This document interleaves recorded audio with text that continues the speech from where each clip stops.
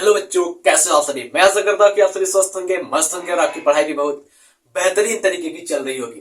मेरे बच्चों, आज की इस क्लास में मैं आपको बताऊंगा कक्षा 11 का एक टॉपिक जो हम पढ़ रहे थे, जीव जगत का वर्गीकरण में। हमने वहां पर बहुत सारे क्लासेस को देख लिया है। आज हम लेकर के आए हैं कशेरुकी संघ के सबसे लास्ट उपसंघ को, जिसको हम कहते हैं कशेरुकी यानी कि क्रैनिएटा के नाम से जानते हैं। क्रैनिएटा उपसंघ को पढ़ने वाले हैं। तो फर्स्ट ऑफ ऑल अगर मैं बात करता हूं कि क्रैनिएटा जो शब्द है, इस क्रैनिएटा शब्द का मतलब क्या है। देखो, क्रैनिएटा जो शब्द है, इस क्रैनिएटा शब्द का जो मिलान है या मैचिंग है वो क्रैनियम से होता है। क्रैनियम, देखो क्रैनियम का मतलब क्या होता है, यहाँ पर क्रैनियम मैंने लिखा हुआ है। तो क्रैनियम का मतलब क्या होता है, ये जो आपका कपाल होता है, ये जो खपड़ोही होता है ना, वो क्या होता है, वेल डेवलप्ड होता है, पूरी तरह से विकसित होता है। किसमें?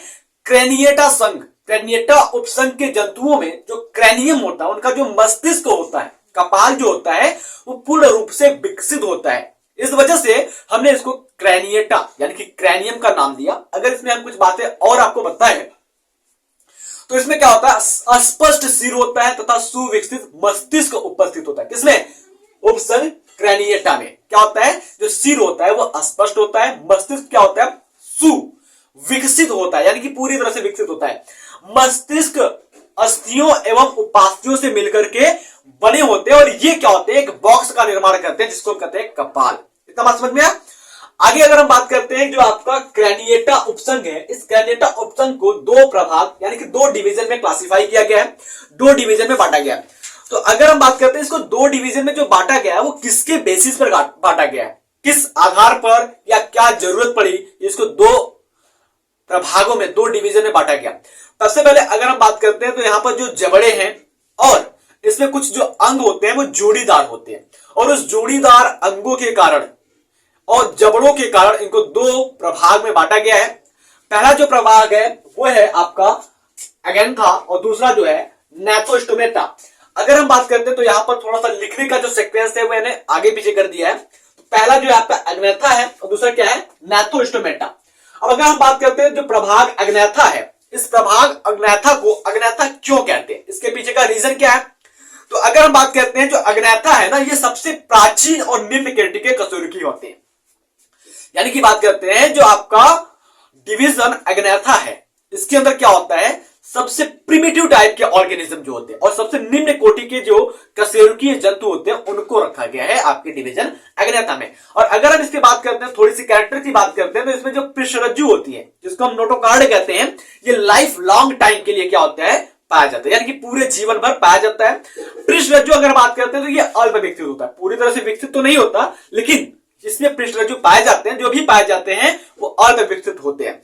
और अगर हम दूसरी बात करते हैं तो इसमें जो जबड़े होते हैं, उपांग होते हैं, मेखलाएं होते हैं, जनन वाहिनियां होती हैं, वो अनुपस्थित होती है। यानी कि अगर हम बात करते हैं इसमें जो जबड़ा होता है, जा होता है, वो नहीं पाया जाता, जनन वाहिनी जो होती है वो नहीं पाई जाती। ठीक है, जैसे कि अगर हम बात करते हैं शुक्रवाहिनी हो गया, अंडवाहिनी हो गया, तो ये चीजें नहीं पाई जाती है।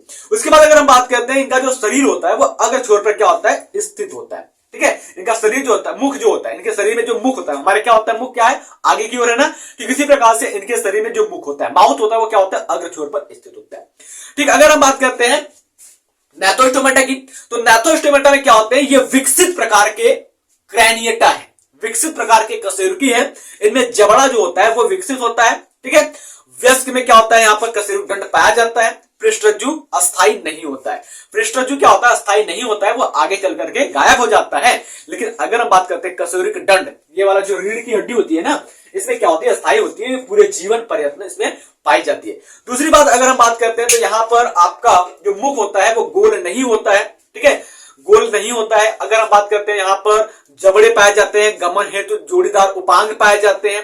ठीक है, अगर हम बात करते हैं हमारे पास क्या है, हम लोग विकसित में आते हैं, हम लोग नैथोस्टोमेटा में आते हैं। किसमें आते हैं, नैथोस्टोमेटा में आते हैं। क्या हमारे पास जबड़ा पाया जा रहा है, हमारे पास जोड़ीदार उपांग, दो हाथ दो पैर पाए जा रहे हैं, गमन के लिए दो पैर पाए जा रहे हैं, श्वसन के लिए श्वसन तंत्र पाया जा रहा है। तो ये सभी क्या है, विकसित कशेरुकी के लक्षण है। और अगर हम बात करते हैं इसमें हृदय की, जो हार्ट होता है वो कैसा होता है, नैथोस्टोमेटा में तो 2 कोष्ठकी हो सकता है, 3 कोष्ठकी हो सकता है और 4 कोष्ठकीय हो सकता है।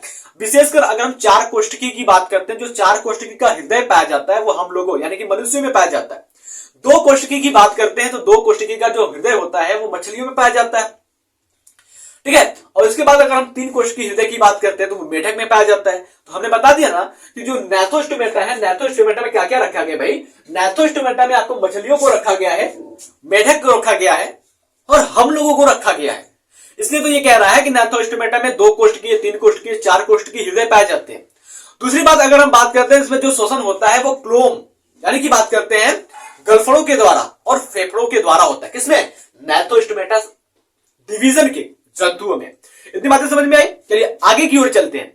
तो आगे की ओर हम बात करते हैं तो अगेंथा की बात करते हैं। देखिए अगेंथा को क्या किया गया, 2 वर्गों में बांट दिया गया, 2 क्लासेस में क्या किया गया, क्लासिफाई किया गया है। पहला जो क्लास है वो क्या है, ऑस्ट्रैकोडर्मी, और दूसरा जो है क्या है, साइक्लोस्टोमेटा। तो ऑस्ट्रैकोडर्मी की बात करते हैं तो ऑस्ट्रैकोडर्मी क्या होता है, इसके जातियां जो होती है वो बहुत ज्यादा ही क्या होती है, विलुप्त प्रकार की होती है। ठीक है, और ये क्या होते हैं, अलवणीय जल में पाए जाते हैं और इनको क्या करते हैं, मछलियां होती है। जो आपके ऑस्ट्रैकोडर्मी होती है ना, ये मछलियों के साथ, मछलियों के जैसा होता है और ये अलवणीय जल में पाए जाते हैं, यानी कि खारा पानी जिसमें नहीं होता वहां पर ये पाए जाते हैं। सर्वप्रथम इनको कशेरुकी माना गया था, यानी कि बात करते हैं यही एक ऐसे जंतु है ऑस्ट्रैकोडर्मी जिसको सबसे पहले कशेरुकी संघ के अंदर क्या किया गया था, शामिल किया गया था, जोड़ा गया था। उसके बाद अगर हम बात करते हैं तो यहां पर उदाहरण कौन सा आ जाएगा, तो उदाहरण की बात करते हैं सिफेलिसेस। ठीक है, उदाहरण की बात करते हैं तो उदाहरण क्या आ जाता है आपका, सिफेलिसिप्स। ये उदाहरण है सिफेलिसिप्स, ये क्या है, उदाहरण है, सिफेलिसिप्स है जी। ये आपके ऑस्ट्रैकोडर्मी वर्ग का उदाहरण होता है। उसके बाद आते हैं हम साइक्लोस्टोमेटा में। तो साइक्लोस्टोमेटा की बात करते हैं तो इसके जो जंतु होते हैं अधिकांश क्या होते हैं, समुद्री होते हैं। साइक्लोस्टोमेटा के जो जंतु होते हैं वो क्या होते हैं, समुद्री होते हैं और ये लवणी जल में यानी पाए जाते हैं, ये खारे पानी में भी पाए जाते हैं। उसके बाद अगर हम बात करते हैं इसमें तो इनका जो त्वचा होता है वो कोमल होता है, चिकना होता है, सल्क विहीन होता है, यानी कि इसमें सल्क जो होती है, रेसे जो होती है वो नहीं पाई जाती है। दूसरी बात अगर हम बात करते हैं इसमें जो श्वसन होता है वो क्लोम के द्वारा होता है, क्लोम धमनियों के द्वारा होता है। और अगर हम बात करते हैं इसमें क्लोम की संख्या की, क्लोम दरारों की संख्या की बात करते हैं तो क्लोम दरार की जो संख्या होती है वो 1 से 16 होती है। और अगर हम बात करते हैं हृदय की तो इसमें जो हृदय होता है, किसमें, जो आपका साइक्लोस्टोमेटा में हृदय होता है, हार्ट होता है, वो कैसा होता है, वो होता है 2 वेस्म वाला, 2 चैम्बर वाला होता है, 2 कोष्ठों वाला होता है। अब अगर हम बेटा बात करते हैं इसके उदाहरण की, तो उदाहरण में क्या जाता है यहां पर, हैगफिश। ठीक है, क्या जाता है उदाहरण में, हैगफिश। उदाहरण में क्या जाता है आपका, हैगफिश आ जाता है, ये उदाहरण है। उसके बाद इसमें क्या जाता है, लैम्प्रे। लैम्प्रे, ये दोनों उदाहरण है, ये दोनों ही मछली है। ठीक है, उसके बाद मैं आशा करता हूं कि अग्नैथोस्टोमा जो है आपको अच्छे से समझ में आ गया होगा। एक बार फिर से देखिए, जो ऑस्ट्रैकोडर्मी होते हैं ये अलवणीय जल में पाए जाते हैं। ठीक है, ये क्या होते हैं, अलवणीय जल में पाए जाते हैं। उदाहरण क्या है आपका, सिफेलिसिस। उसके बाद बात करते हैं साइक्लोस्टोमेटा की, तो ये समुद्री जल में पाए जाते हैं, यानी कि लवणीय जल में भी पाए जाते हैं। इनमें जो हृदय होता है वो 2 वेस्मे वाला होता है। क्लोम दरारें जो होती है वो 1 से 16 की संख्या में उपस्थित होती है। उदाहरण में क्या जाता है, हैगफिश और लैम्प्रे। ठीक है, ये 2 मछलियां हैं जो आपके साइक्लोस्टोमेटा वर्ग में आ जाते हैं। वापस इधर आ जाते हैं नैथोस्टोमेटा में। तो यहां पर नैथोस्टोमेटा को 2 महावर्गों में बांटा गया है, यानी कि 2 सुपर क्लासेस में बांटा गया है। पहला जो सुपर क्लास है वो क्या है, मत्स्य, यानी कि मछली। यहां पर जितने भी आएंगे सबके सब मछलियां आ जाएंगी। उसके बाद अगर हम बात करते हैं चतुष्पादा को, तो चतुष्पादा को आगे 4 वर्ग में बांटा गया है और मत्स्य को 3 भागों में बांटा गया है। अब अगर बात करते हैं मत्स्य की, तो जो मत्स्य होते हैं, महावर्ग मत्स्य के जो जितने भी जंतु होते हैं सबके सब क्या होते हैं, जलीय जंतु होते हैं। दूसरी बात, ये असमतापी होते हैं, यानी कि जो उनके शरीर का तापमान होता है, रुधिर का तापमान होता है, वो हमेशा बदलता रहता है। ठीक है, वो असमतापी होते हैं। दूसरी बात अगर बात करते हैं तो इसमें गमन के लिए या तैरने के लिए क्या होते हैं, धारा रेखित पंख पाए जाते हैं। ठीक है, धारा रेखित पाद पाए जाते हैं, उसकी जगह पाद नहीं पाए जाते, उसकी जगह पर जोड़ीदार पंख पाए जाते हैं। आगे अगर बात करते हैं तो इनके शरीर का जो कंकाल होता है वो अंत होता है, यानी कि जो हड्डियां होती है वो अंदर पाई जाती है शरीर की। सपोर्टेड, जैसे हम बात करते हैं मछलियां आपने खाया होगा या आपने देखा होगा, तो उनकी जो कांटे होती है ना वो शरीर के अंदर होती है, बीचों बीच। तो वो जो कांटे होती है ना, वो कांटे इनके कंकाल होती है। दूसरी बात अगर हम बात करते हैं इसमें जो श्वसन होता है वो क्लोम के द्वारा होता है। किसके द्वारा होता है, क्लोम के द्वारा होता है। अगले पॉइंट की बात करते हैं तो इनकी जो कपाल तंत्रिका होती है वो 10 जोड़ी होती है। कपाल तंत्र का यानी कि बात करते हैं क्रेनियल नर्व की बात करते हैं, इसकी जो संख्या होती है वो 10 जोड़ी होती है। और अगर हम बात करते हैं इनके शरीर में जो निषेचन होता है वो शरीर के बाहर भी हो सकता है और शरीर के अंदर भी हो सकता है। और परिवर्तन जो होता है वो डायरेक्ट होता है, सीधे सीधे लार्वा अवस्था में हो जाएगा या फिर भ्रूण की अवस्था, डायरेक्ट और इनडायरेक्ट दोनों प्रकार का। सॉरी, इनमें जो परिवर्तन होता है वो डायरेक्ट होता है, यानी कि सीधा निषेचन के बाद भ्रूण का विकास होता है, लार्वा अवस्था नहीं पाई जाती। किसमें? जो आपके मत्स्य होते हैं उसमें बात करते हैं। अब अगर हम बात करते हैं इनके शिशु अवस्था को क्या करते हैं, तो इनके शिशु अवस्था को हम करते हैं फ्राई। क्वेश्चन ये बन सकता है कि जो मत्स्य वर्ग के महावर्ग मत्स्य के जो जंतु होते हैं उनके शिशु अवस्था को क्या करते हैं, तो हम कहते हैं फ्राई। इतनी बातें समझ में आई? तो चलते हैं आगे की ओर। हम बात करते हैं जो मत्स्य महावर्ग है यानी कि सुपर क्लास है, उसको आगे चल करके 3 क्लास यानी कि 3 वर्गों में बांटा गया है। पहला जो वर्ग है वो है प्लाकोडर्मी, दूसरा है ऑस्ट्रक्टिस, तीसरा है कॉन्ड्रिक्टिस। अब अगर हम बात करते हैं सबसे नंबर 1 पर प्लाकोडर्मी क्या होता है, तो प्लाकोडर्मी के अंदर डिवोनियन से परमेनियन कल्प यानी कि पीरियड तक, यानी कि ये बहुत बात करते हैं तो ये बहुत ही प्राचीन, बहुत ही पुराने समय से चले आ रहे हैं, उसको जंतुओं को यहां पर रखा गया है। यानी कि अगर हम बात करते हैं तो इसके लक्षण की बात करते हैं, तो इसके लक्षण में बात करते हैं तो इसमें जबड़े जो होते हैं वो और जो दांत होते हैं वो दोनों ही कम विकसित होते हैं। यानी कि दांत और जबड़ा जो होता है प्लाकोडर्मी में वो कम विकसित होता है। ठीक है, उसके बाद अगर बात करते हैं तो इनके शरीर के ऊपर क्या होते हैं, सल्क युक्त कांटे पाए जाते हैं, पखने पाए जाते हैं। जो डेना होता है, पखना होता है, वो कांटेदार होता है।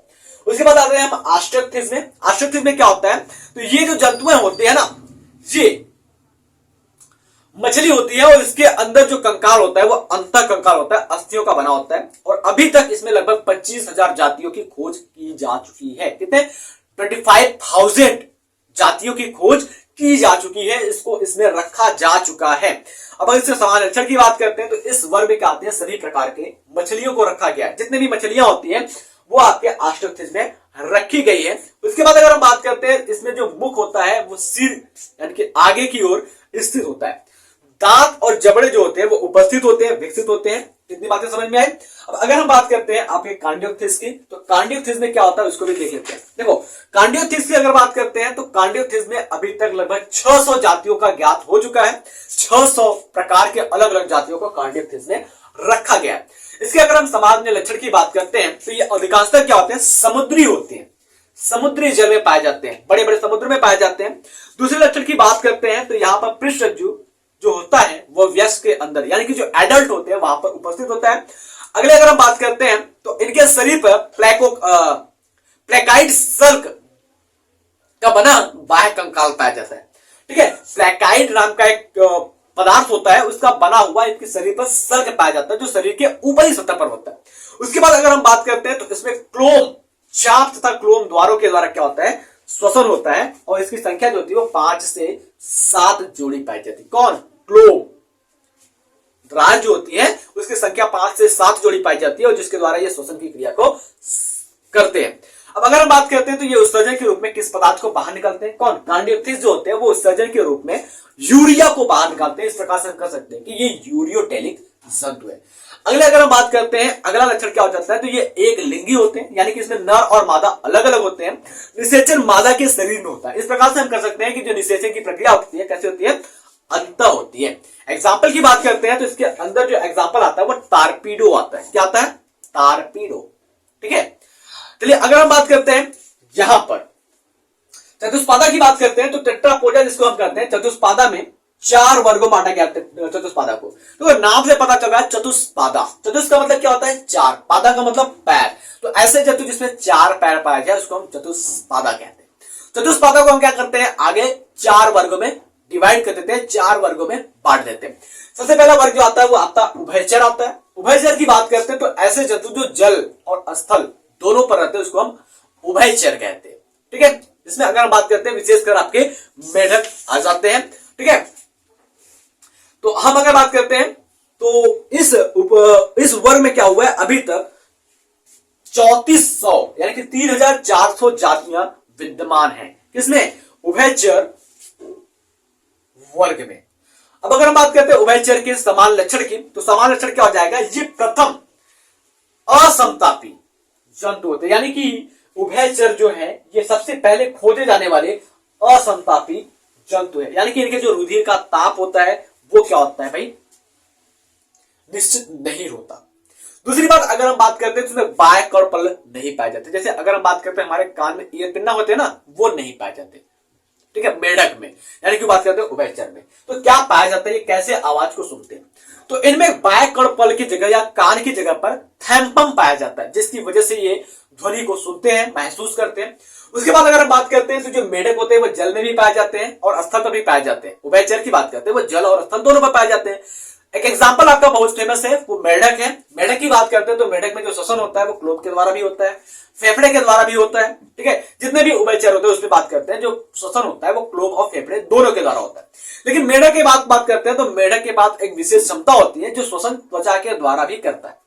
सपोज दैट अगर हम बात करते हैं मेढक अगर जल में है तो वो क्लोब के द्वारा श्वसन करेगा, मिट्टी पर यानी कि स्थल पर है तो वो क्या करेगा, फेफड़े के द्वारा श्वसन करेगा। अगर जैसे ही वो मिट्टी के अंदर गड्ढा बना करके चला गया तो वो श्वसन त्वचा के द्वारा करना शुरू कर देगा। उसके बाद अगर हम बात करते हैं तो यहां पर जो पिछले पैर होते हैं, पिछले पैर में क्या होते हैं, 5 अंगुलियां पाई जाती है। पिछले पैर में क्या होते हैं, 5 अंगुलियां पाई जाती है और अगले पैर में 4 अंगुलियां पाई जाती है। उसके बाद अगर हम बात करते हैं इसमें जो उत्सर्जी अंग होता है वो एक जोड़ी होता है। मस्तिष्क जो होता है उसमें कपाल जो होते हैं वो 10 की संख्या में पाए जाते हैं। मस्तिष्क में जो 10 जोड़ी कपाल यानी कि क्रैनियल नर्व जो होते हैं, कपाल तंत्रिका जो होती है वो पाई जाती है 10 जोड़ी। उसके बाद अगर हम बात करते हैं तो इस प्रकार के जंतुओं में क्या होता है, नर और मादा अलग अलग, यानी कि मेल और फीमेल क्या होते हैं, अलग अलग होते हैं, ठीक है। कोई दिक्कत नहीं, अगर आपको लग रहा है कि सर जी नोट्स नहीं बनवा रहे हैं तो मैं नोट्स का पीडीएफ बना करके आपको नीचे डिस्क्रिप्शन बॉक्स में दे दूंगा, तो आप विशेष करके या अच्छे तरीके से अपने पॉइंट को छाट करके आप उसको लिख सकते हैं अपने कॉपी पर। चलिए अगर हम बात करते हैं अगले पॉइंट की, तो अगला पॉइंट क्या हो जाएगा यहाँ पर, वर्ग सरीसृप। सरीसृप जिसको हम रेप्टाइल के नाम से जानते हैं। रेप्टाइल का मतलब क्या होता है, ये रेंगने वाले जंतु होते हैं। जितने भी जंतु रेंगने वाले होते हैं सबके सब क्या कहलाते हैं, रेप्टाइल्स कहलाते हैं, ठीक है। संग रेप्टिलिया में इसको अंदर रखा गया है। रेप्टिलिया की बात करते हैं तो रेप्टिलिया जो है इसके अंदर लगभग 7000 जीवित जातियां अभी तक उपस्थित है, ठीक है। सरीसृप में क्या है, 7000 जीवित जातियां अभी तक उपस्थित है। और अगर हम बात करते हैं तो ये उभयचर के समान, उभयचर के जैसे ही असमतापी होते हैं, यानी कि इनके शरीर का जो रंग होता है वो भी निश्चित नहीं होता, वो भी बदलता रहता है और ये रेंगने वाले जंतु होते हैं। उसके बाद अगर हम बात करते हैं जो इनका त्वचा होता है वो हमेशा शुष्क रहता है, सूखा हुआ रहता है। अगली अगर हम बात करते हैं तो इसमें जो श्वसन की क्रिया होती है वो फेफड़ों की सहायता से होती है, ठीक है। और क्लोम द्वारे जो होती है वो भ्रूणी अवस्था तक ही पाई जाती है। स्पष्ट हुआ। और अगर इसके एग्जाम्पल की बात करते हैं भैया, छिपकली आ जाता है, गिरगिट आ जाता है, बहुत सारे एग्जाम्पल इसके अंदर आ जाते हैं। उसके बाद अगर हम चलते हैं अगले पॉइंट में, तो अगला पॉइंट अगर हम बात करते हैं तो वो आता है पक्षी, जिसको हम कहते हैं एविस। एविस की बात करते हैं तो जो पक्षी होते हैं भाई, पक्षियों में अभी तक क्या है, 9000 जातियां विलुप्त हो चुकी है। वह विद्यमान जातियां, यानी कि बात करते हैं 9000 पक्षियों की जो जातियां हैं उसमें से कुछ जातियां विलुप्त हो चुकी हैं और कुछ जातियां ज्ञात है। 9000 जातियों के बारे में पता लगाया जा चुका है। अब अगर हम बात करते हैं जो पक्षी होते हैं वो समतापी होते हैं, यानी कि इनके जो शरीर का रुधिर होता है या शरीर का तापमान होता है वो एक निश्चित होता है। सबसे पहले अगर बात करते हैं जो पक्षी होते हैं वो इनमें जो अगर पाद होता है वो उड़ने के रूप में, यानी कि पंख के रूप में उड़ने के लिए रूपांतरित हो जाता है, ठीक है। दूसरी बात अगर हम बात करते हैं जो इनका रुधिर होता है वो गर्म होता है। तीसरी बात अगर हम बात करते हैं तो इसमें भी क्या होता है, लाल रुधिर कणिकाएं यानी कि आरबीसी पाए जाते हैं। और इनमें जो कपाल होता है, जो मस्तिष्क होता है, वहां पर 12 जोड़ी कपाल तंत्रिका पाई जाती है। उसके बाद अगर हम बात करते हैं तो इसमें लैंगिक द्विरूपता देखने को पाई जाती है, यानी कि नर और मादा में थोड़ा थोड़ा भिन्नता देखने को पाई जाती है। इसमें जो निषेचन होता है वो क्या होता है, मादा के अंदर होता है। चलिए अगर हम बात करते हैं तो अगर हम बात करते हैं, देखिए गीज की बात करते हैं, बत्तख की बात करते हैं, इनको छोड़ करके, ठीक है, इन पक्षियों को छोड़ करके जनन अंग सब में क्या होते हैं, अविकसित होते हैं। बत्तख, गीज, ये 2 पक्षी ऐसे हैं जिसमें जनन अंग जो होते हैं विकसित नहीं होते हैं, अल्प विकसित होते हैं। अगर हम बात करते हैं अगले स्तनधारी वर्ग की, तो स्तनधारी वर्ग में क्या आ जाता है भैया, हम लोग आ जाते हैं। मैमल्स जितने भी आते हैं, यानी कि ऐसा जीव जो अपने बच्चे को दूध पिला सके, उसको हम स्तनधारी कहते हैं। स्तनधारियों की बात करते हैं, जो हृदय होता है इसमें 4 विषयों में बटा होता है, रुधिर परिसंचरण तंत्र बंद होता है, ये समतापी होते हैं, यानी कि इनके शरीर का जो रुधिर होता है वो हमेशा ही एक निश्चित ताप में रहता है, गर्म रुधिर होता है। नर और मादा क्या होते हैं, अलग अलग होते हैं। लैंगिक द्विरूपता विशेष रूप से पाई जाती है। निषेचन आंतरिक होता है, मादा के शरीर के अंदर आता है। उदाहरण में आप देख सकते हो मनुष्य, गाय, भैंस, बकरी, भेड़। तो मैं आशा करता हूं कि ये क्लास आपको अच्छे से समझ में आ गया होगा। तो आपको नोट्स में नीचे डिस्क्रिप्शन बॉक्स में दे रहा हूं, वहां से आप प्रॉपर नोट्स बना लीजिएगा। मिलते हैं आपसे अगले क्लास में, तब तक के लिए जय हिंद, जय भारत।